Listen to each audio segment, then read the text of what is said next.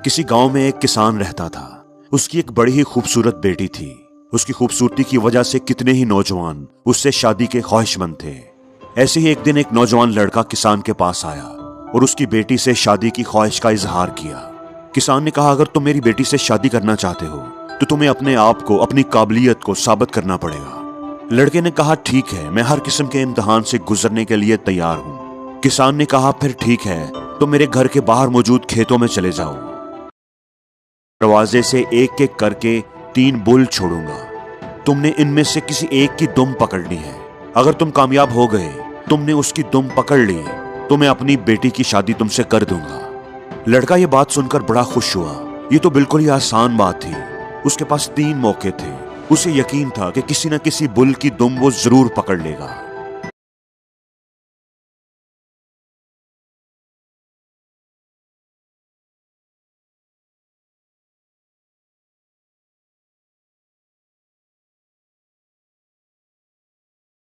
बड़ा बुल पहले कभी नहीं देखा था। वो अंदर ही अंदर डर गया।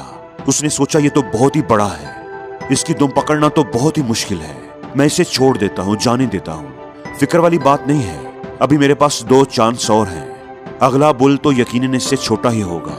मैं इसकी दुम आराम से पकड़ लूंगा। वो अगले बुल का इंतजार करने लगा। थोड़ी देर के बाद दरवाजा खुला तो नौजवान देखकर परेशान हो गया कि एक बहुत ही बड़ा और खतरनाक बुल भागता हुआ गेट से बाहर निकला था।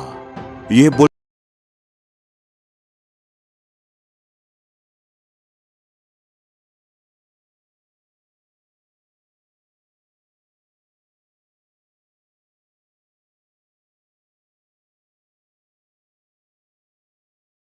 अब उसकी आखिरी उम्मीद वो तीसरा बुल ही था।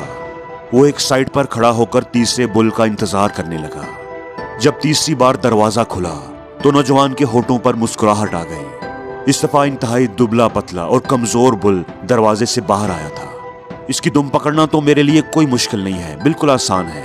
वो दिल ही दिल में खुश हो गया। वो बुल गेट से निकलकर आहिस्ता आहिस्ता खेतों की तरफ जाने लगा। लड़के ने अपनी पोजीशन संभाल ली। वो दुम पकड़ने के लिए पूरी तरह तैयार था। जैसे ही बुल उसके पास आया, उसने तेजी से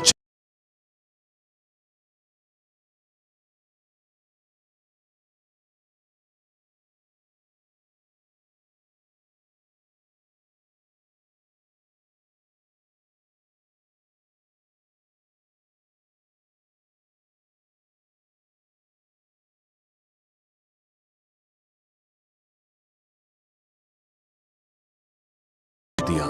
अगर वो कोशिश करता तो जरूर पकड़ लेता और किसान की बेटी से उसकी शादी हो जाती। लेकिन अब वक्त गुजर चुका था। अब अफसोस करने के अलावा उसके पास कोई चारा नहीं था। दोस्तों, ऐसे ही हमारे पास भी जिंदगी में कई मौके होते हैं, कई अपॉर्चुनिटीज होती हैं।